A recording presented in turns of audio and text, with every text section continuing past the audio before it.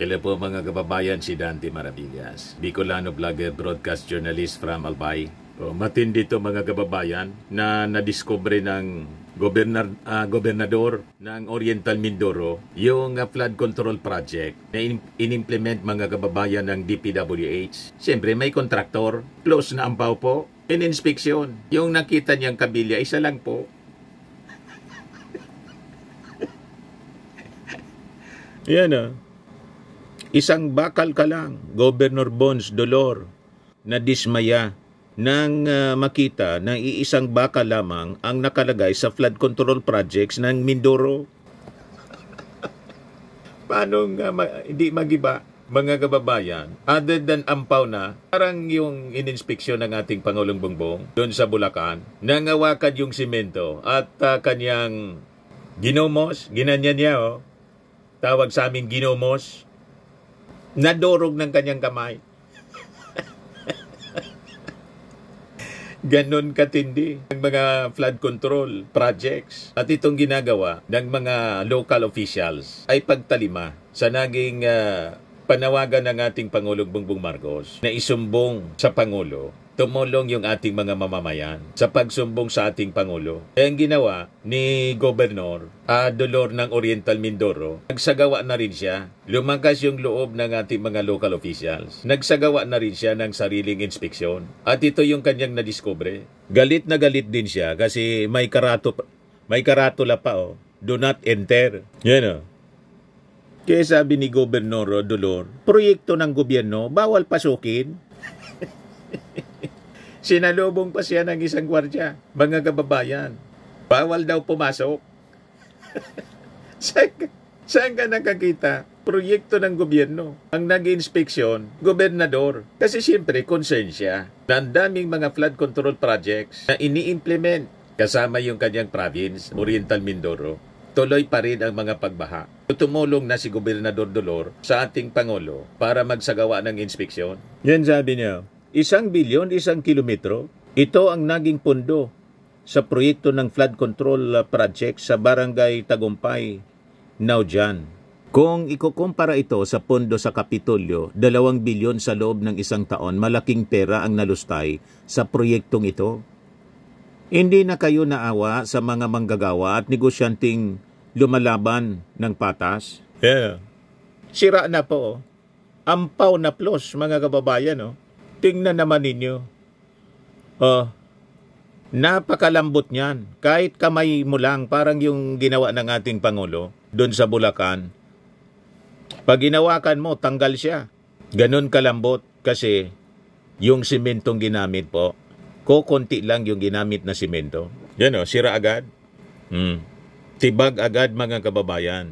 Grabe ang anomalya po sa mga proyekto ng gobyerno sa flood control. Tibag agad Talagang ampaw. Sabi ni Gobernador Dolor, paano hindi mabubuwag bukod sa puro buhangin? Ang laman, mababa ang pagkakalubog ng mga sheet file at putol pa. Nakakapangilabot at nakakadismaya. Panoorin natin, mga kababayan. Hindi yan galing planta. Pinutol. At yes. Dumami. Kinigitan. Tignan mo, malinaw yan. Kung yan ay galing planta, dapat yan, ang ibabaw, very, very fine ang pagkakas. Kita mo, kinap Kalawa, tinan mo ang kalokohan niya. Ang tamang pagre-repair, bubunutin. Saka babalik. Ano ang ginawa? Tinula. Tama ba yun?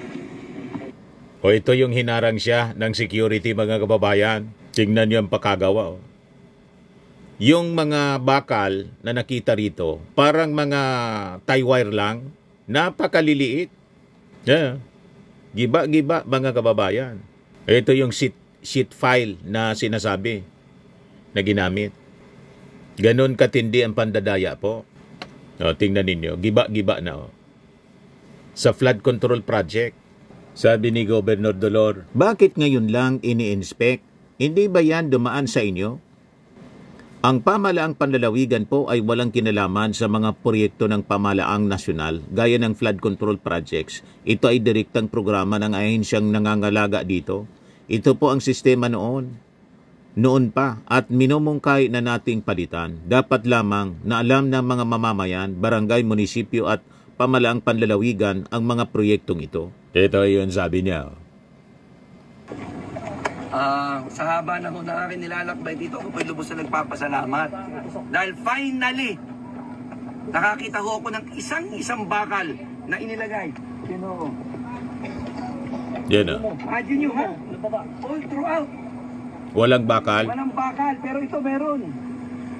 Salamat ho ng marami sa gumawa nito, sa nag-inspect nito, at sa DPWH, maraming salamat po. At least, may isang bakal sa buong stretch na ito. Sarkasam. Yun ang bulalas, mga kababayan, ng gobernador ng Oriental Mindoro. Salamat na niya. May nakita kami sa aming inspeksyon. At least may isang bakal. Ganon nila. Dinadaya, mga kababayan. Dinadaya ng DPWH at ng mga contractors. Yung mga contractors, sa totoo lang, kaya sila nakakapandaya dahil sa hingi. Di ba? Alam na natin yan. Kung hindi yung mga politiko, karamihan po, ang mas malaking share po, yung mga politiko na nag-approve niyan. Siyempre kasabwat, pati DPWH at COA.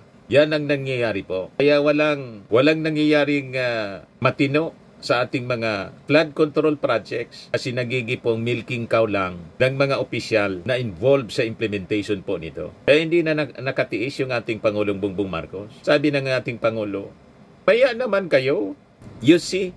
So ayon sa gobernador, noong Sabado, may bahagi ng proyekto na puno ng buhangin. Mahaba ang pagkakalubog ng sheet piles at putol pa ang bakal na ginamit. Sabi niya, dugot pawis ng bayan yan. Karapatan ng mamamayang malaman ang ginagawa ninyo. Sabi ni Governor Dolor sa kanyang post habang kini-question din niya kung bakit tila hindi pinayagang papasukin ang proyekto kahit ng pamalaan. Pasukin ang proyekto kahit ng pamalaan. Ito, pakinggan natin si Governor Dolor. Pinatong patungan ng konti, halo, hindi mo na kinumpak. Bagong gawa na lang ito.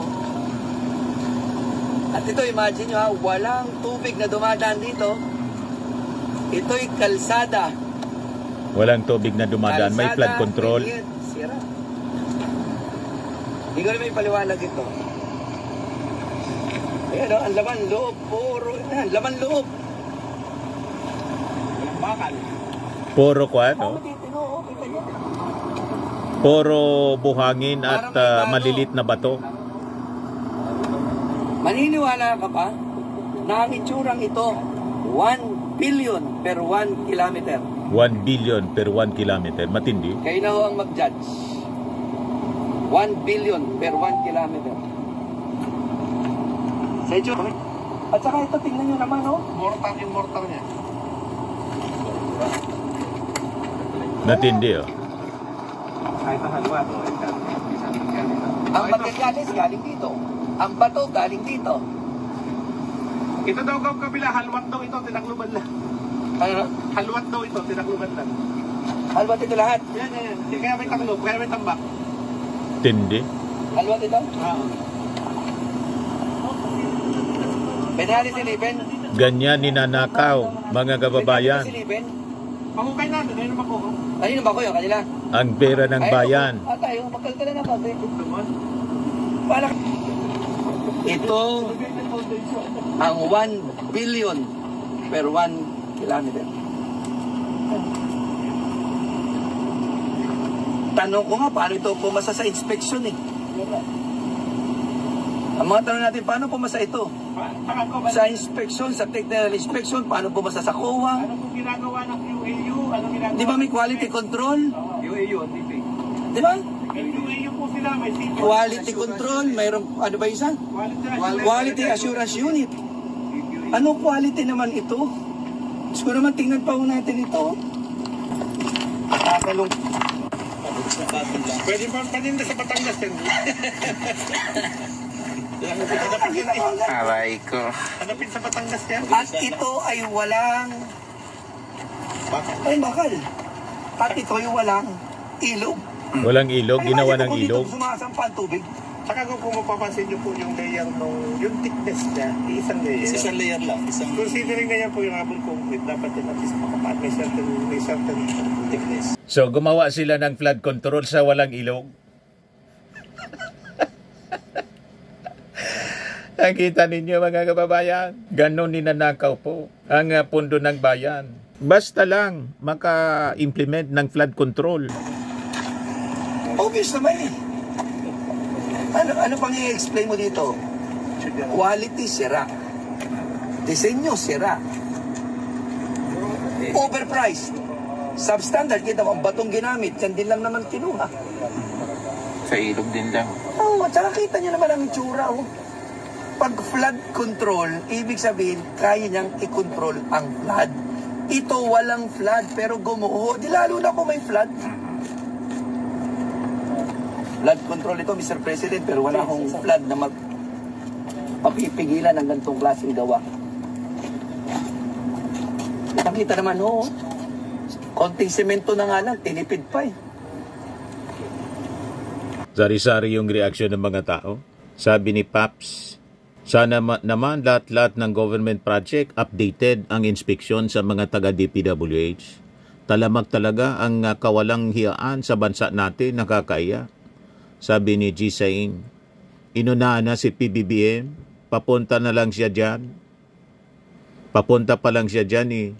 Sabi ni Jun Munoz, umpisa na yan, bulgar nyo na lahat. Sabi ni Neuri, kahit yung gobernador parang di ginagalang sa video. Sabi ni Renato Albuera, malaki kasi kickback ng mga korap na kongresista.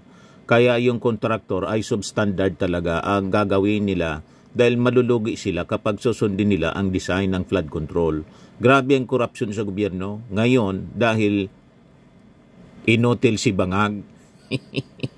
Paano naging inutil na yung ating Pangulo nga po, siya yung nag-utos na i-report sa Pangulo. At ngayon, sunod-sunod ang ginagawang inspeksyon mismo ng ating Pangulo. At dahil sa ginagawa ng ating Pangulo, follow the leader eh. Yung ilang mga local officials, ito nga po, yung gobernador ng Oriental Mindoro, nagsagawa na rin ng inspeksyon para tulungan yung ating Pangulo. Kasi obligasyon din nila sa mga local government units na sila mismo dapat makialam. Kasi sila yung direktang apektado. Pagkatapos, may sinasabi pa rin kayong masama sa ating Pangulo. Biniblame kasi yung ating Pangulo na napakaraming mga flood control projects. Inastosan ng bilyon-bilyon pero wala man din pong epekto. Lumala pa yung mga pagbaha. Kaya ito ginagawa ng ating Pangulo para tulong-tulong tayong i-address ang problema sa korupsyon. And because of that, sunod-sunod na po na naglalabasan itong mga depektibo palpak na mga flood control project. So dapat i-appreciate natin ang ginagawa ng ating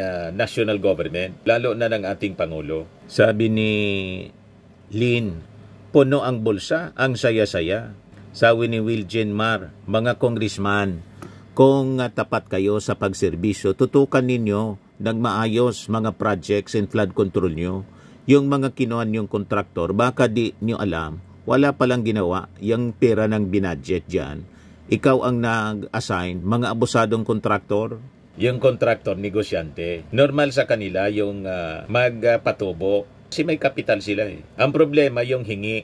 Kaya po nagiging substandard dahil sa hingi mula sa mga corrupt government officials. So walang choice yung kontraktor, kundi gawing substandard. Yan ang problema po, corruption talaga. Nagsasabuatan sila. So ito yung dapat nating labanan.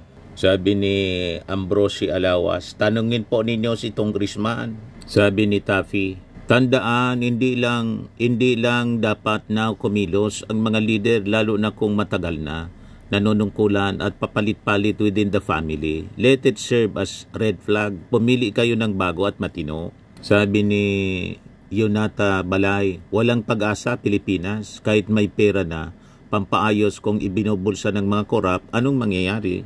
Sabi ni Michael, mga patulog-tulog kasi kayo mga taga-gobyerno. Nung naghigpit na si PBBM, saka kayo lumabas. Heis! Sabi ni Vinci Camacho, paano kaya nasisikmura ng mga ganitong tao na ipakain sa pamilya nila mga galing sa nakaw? Sana alalahanin nyo hindi lang dito ang buhay sa mundo.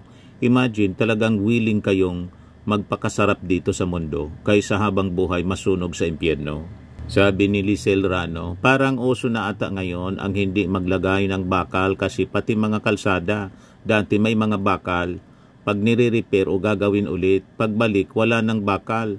Kaya pag ang mga magkabilang gilid ay gumuho kasi wala din simento, ang magkabilang gilid. Purposely, dinisign po nila na ganyan para madaling masira. Pag nasira po, another budget.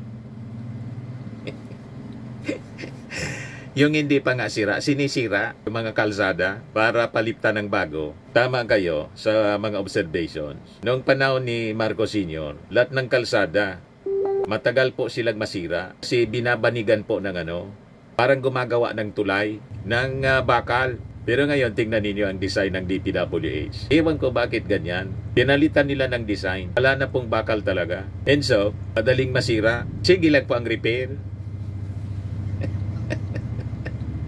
Yung kalsada dito, from Manila to Bicol, simula mga kababayan ng i-construct hanggang ngayon, hindi man natatapos po ang trabaho. Kasi yung unang trinabaho, giba na rin. Hindi pa natatapos yung stretch, kabaan ng kalsada. Yung Andaya, highway sa Camsor, papunta dito sa amin. Ganon katindi, mga kababayan. Talagang dinisign nila para kumita kahit mapirwisyo yung ating mga mamamayang Pilipino, lalo na po sa flood control. So, kailangang baguhin natin ang sistema, lalo na po yung korupsyon. Kasi yung design ng ating mga infrastruktura, dinisign po para makapangurakot. Sa inaba ng panahon. Kaya yung pundo natin na dapat sana mga kababayan magamit sa ibang mga serbisyo at pangangailangan ng ating mga mamamayang Pilipino, naubos na lang sa infrastructure, paulit-ulit na trabaho, paulit-ulit na perwisyo. You see, panahon na itama natin yung mga mali. At ito'y sinisimulan ng ating Pangulong Bongbong Marcos ngayon. Suportahan na lang natin po. Sa mga naghanap ng malinis and spacious fitness gym, pumunta lang po kayo sa aming Colossal Fitness Gym. We also offer Grab Car Rental with our brand new 2023 model ng Toyota Innova. We also accept booking for those who are planning to travel via PAL, Cebu Pacific, and other airline companies, local and international, and bills payment for Meralco Bills, PLDT, Aleco Bills, etc. Ang Colossal Fitness Gym is located at 3rd floor Security Bank Building, Landco Business Park, Legazpi City, Albay. For inquiries, look for Chilon Maravillas. Contact number 0966-802-0949. Yan yung aming Innova. Lagi na pong matao sa amin. Pati mga foreigners po, tingnan ninyo. Mga British tourists sila. Ang lalaki ng katawan na, mga kababayan, nag-gym sa amin. Ito naman po, Indian National. Ito mga mga European sila. Ito naman yung bago naming product na binibenta online, Eye Glow Serum. Whitening po siya galing sa South Korea. Tingnan ninyo yung epekto sa aking anak na architect entrepreneur, Riz Maravillas. For inquiries, look for Riz Maravillas on FB. Ito naman po, Firmax Firming and Lifting Cream. Pinapahid po ito sa mga pulses and other affected areas. Mainam po ito sa mga pains at paninigas ng mga kaso-kasuan. Ito po, Automax Radiant Serum. Sa mukha naman yung application. Anti-aging po siya. You will look 10 years younger than your age. Ito naman yung bago naming binibentang product online. I am Worldwide Amazing Pure Organic Barley Powdered Drink Mix from Australia. Endorsed by cancer survivor Maritoni Fernandez. Pati ni Marian Rivera. Pwede kayo na magnegosyo nito mga kababayan. Mag-inquire lang kayo sa aking anak na architect entrepreneur, Riz Maravillas. Sa mahilig naman po sa mga imported bags and wallets, dumiretso na lang kayo kay Ma'am Eileen Rosales, Eileen Closet po. Nakabase sa Amerika.